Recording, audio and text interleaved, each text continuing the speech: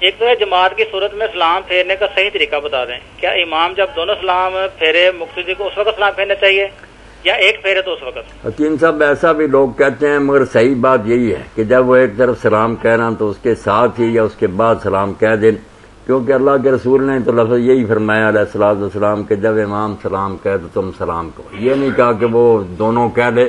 جب اس نے پہلا سلام کہا تو اذا سلم تو ہو گیا. اور یہ بھی بات ہے کہ اللہ کے رسول علیہ السلام کی سنت یہ بھی ہے کہ آپ کبھی ایک سلام ہی کہتے تھے، دوسرا کہتے ہی نہیں تھے.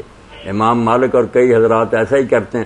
تو اگر الجیریا اور سوڈان وغیرہ آدمی جائے تو وہ انتظار کرتا رہا کہ دوسرا سلام کب ہوگا، نہیں ہوگا. بس انہوں نے سیدھا منہ رکھ کر ایک مرتبہ کہنا السلام علیکم. وہ دائیں طرف بھی نہ دائیں طرف نہ ورحمۃ اللہ وبرکاتہ، کچھ نہیں، السلام علیکم، بس نماز ختم.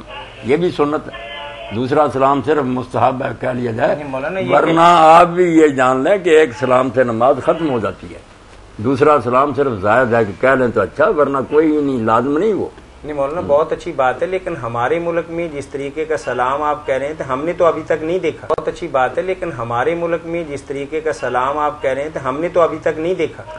میں نے تو سنا ہے، پتہ نہیں اس کی تحقیق نہیں کی کہ حافظ شریف صاحب ہے اللہ ان کی حفاظت فرمائے، وہ کبھی کبھی ایک سلام کہہ دیتے ہیں. ہے سنت، ایک سلام بھی ثابت ہے.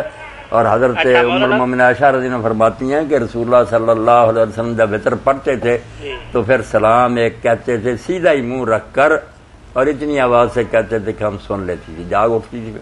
ایک ہی سلام سیدھا منہ رکھ. دوسرا سوال سر آپ